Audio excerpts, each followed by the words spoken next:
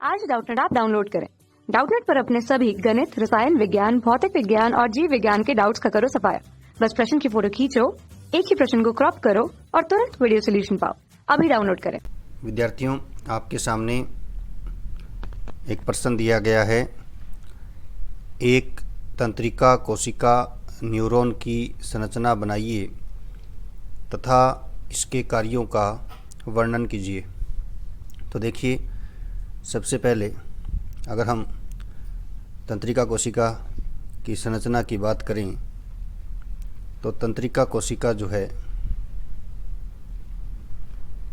यह तंत्रिका तंत्र की संरचनात्मक व क्रियात्मक इकाई होती है। तंत्रिका कोशिका जो है उसके मुख्यतः दो भाग होते हैं, कोशिका काय तथा दूसरा जो भाग होता है उसे हम कहते हैं कोशिका प्रवर्ध। तो अब इस क्वेश्चन में जैसे आपको दिया गया है कि तंत्रिका कोशिका की संरचना बनानी है, तो देखिए सबसे पहले तंत्रिका कोशिका का जो कोशिका काय वाला भाग है उसको मैं यहाँ पर बना रहा हूँ। तो ये जो भाग है ये कोशिका काय वाला भाग है, इसको हम कहते हैं कोशिका काय। कोशिका काय जो है उसकी संरचना सामान्य कोशिका की तरह होती है, जिसमें आप देख सकते हो एक स्पष्ट केंद्रक है तथा इसमें कोशिका द्रव्य होता है और इसमें आरएनए की बनी कणिकाएं होती हैं जिन्हें हम निश्चल कणिका कहते हैं। अब देखिए, अगर हम कोशिका प्रवर्ध की बात करें या दूसरे भाग की बात करें तो कोशिका प्रवर्ध होते हैं। तो जो यहाँ पर आप कोशिका काय वाले भाग से कुछ प्रवर्ध इस प्रकार से निकले रहते हैं, इन प्रवर्धों को ध्रुमाश्य कहा जाता है। ये जो प्रवर्ध होते हैं इनको ध्रुमाश्य कहते हैं, जो कि सूचना को ग्रहण करने का कार्य करते हैं। तथा एक जो प्रवर्ध होता है वह कुछ अतिरिक्त मोटाई में होता है, जिसको हम तंत्रिकाक्ष कहते हैं, जिसको तंत्रिकाक्ष कहा जाता है।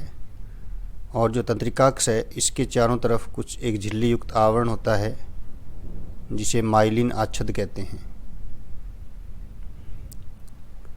तंत्रिकाक्ष वाला भाग जो सूचना है तंत्रिका कोशिका के कोशिका काय वाले भाग से उसको दूर ले जाने का कार्य करती है।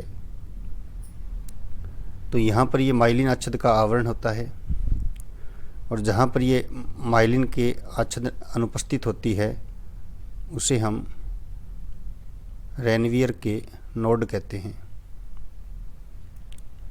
इसको रेनवियर के नोड कहा जाता है।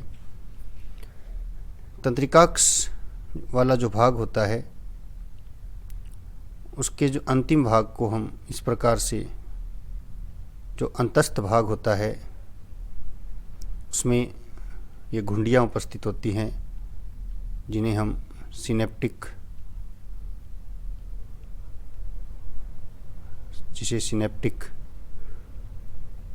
घुंडी कहा जाता है। ये सूचनाओं को एक तंत्रिका कोशिका से दूसरी तंत्रिका कोशिका में जब सूचना जाती है तो इसी सिनेप्टिक घुंडी से एसिटाइल कोलिन जो रासायनिक पदार्थ होता है उसका संतरण होता है। अब देखिए, अब बात करते हैं कि तंत्रिका कोशिका के कार्य की बात करें तो तंत्रिका कोशिका के कार्य जो हैं वो तंत्रिका कोशिका के प्रकार के आधार पर ही होते हैं। देखिए, कुछ तंत्रिका कोशिका होती हैं उसे हम कहते हैं संवेदी तंत्रिका कोशिका। अब जैसे संवेदी तंत्रिका कोशिका है इसका मुख्य कार्य क्या होगा कि यह जो संवेदी अंग होते हैं जैसे आँख, नाक, कान, इनसे संवेदनाओं को मस्तिष्क तक भेजने का कार्य करती है। तो दूसरा कार्य अगर हम बात करें तो जैसे संवेदी तंत्रिका कोशिका है तो हम कह सकते हैं सूचना को मस्तिष्क या मेरुरज्जु तक भेजती है, तो हम ये कह सकते हैं केंद्रीय तंत्रिका तंत्र तक भेजती है। केंद्रीय तंत्रिका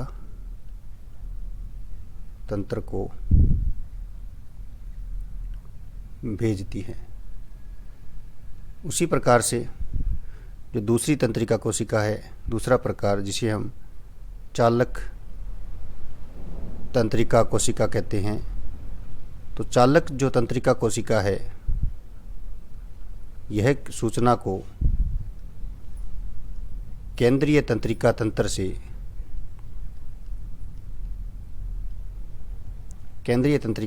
से अंगों तक भेजती है, अंगों तक